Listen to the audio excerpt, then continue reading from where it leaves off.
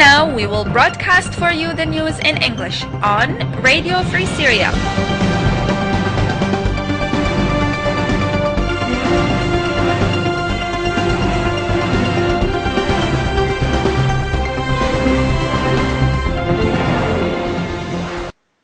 Welcome to our news hour in English. I am Marwan Kadro and I will be with you during this news hour from Radio Free Syria. We will start with the local coordination committees.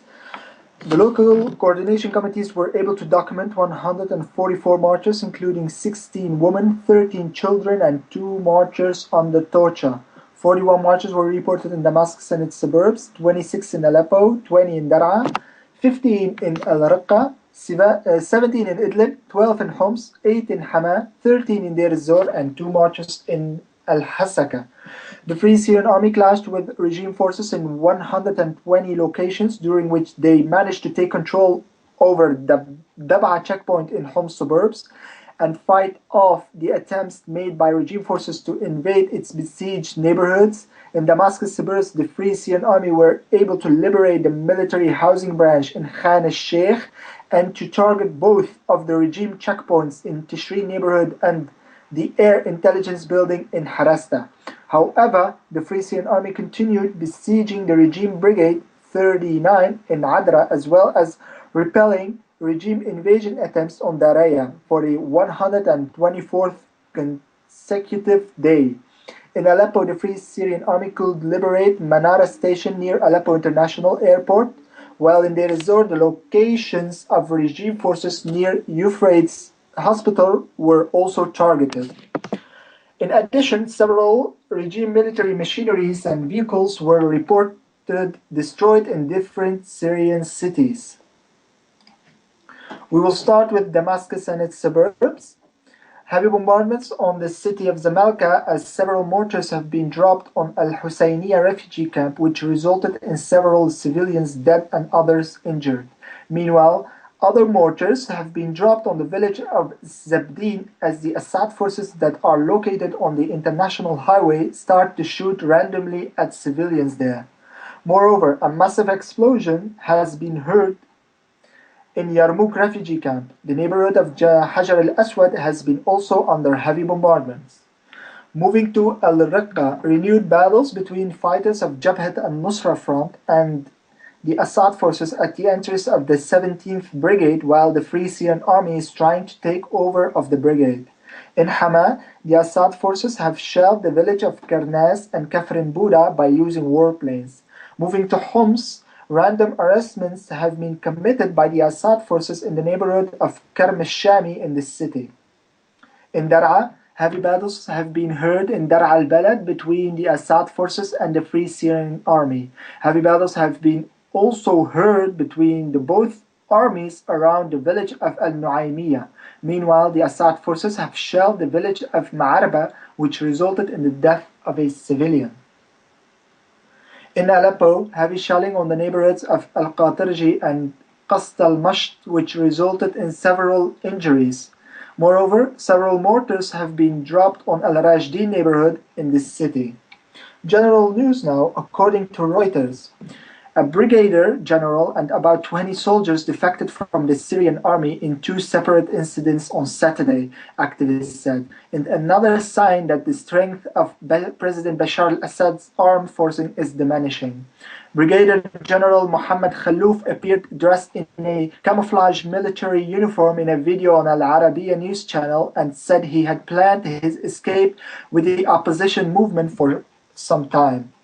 It is not possible for anyone to accept any of the ideas of this regime unless they have achieved special interest, he said in the video. There was no comment about the defection on Syrian state news outlets. Defections of high-ranking military and political figures has slowed in the past month, but a study by the International Institute for Strategic Studies published this week estimates that Assad's forces, though due to be more than 300,000 strong at the start of the uprising 2 years ago, were now at a much lower effective strength and were likely to diminish further.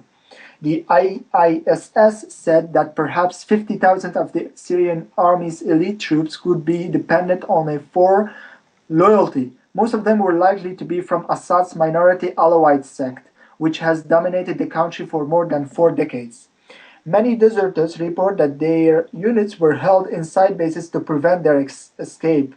Syria's civil war, according to Reuters, began as a popular street movement but has evolved into an increasingly sectarian conflict. The opposition has been mostly led by the Sunni Muslim population, with Alawites and other minorities mostly throwing their weight behind Assad.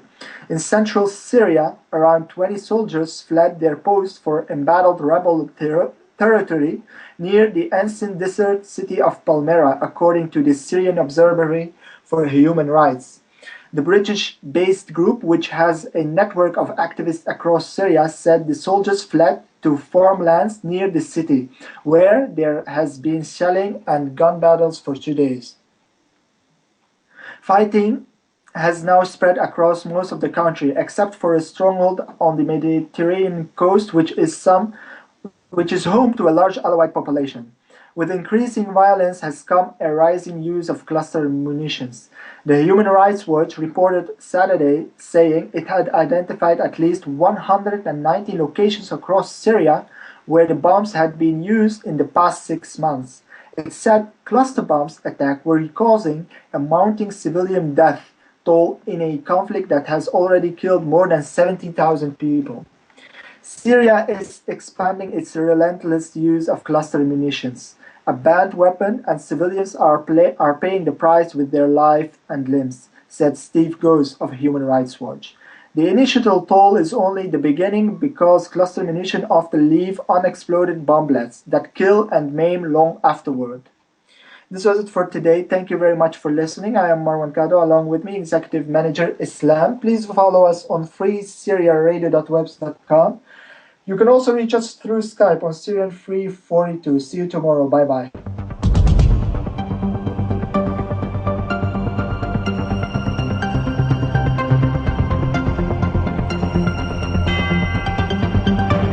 Right now, we will broadcast for you the news in English on Radio Free Syria.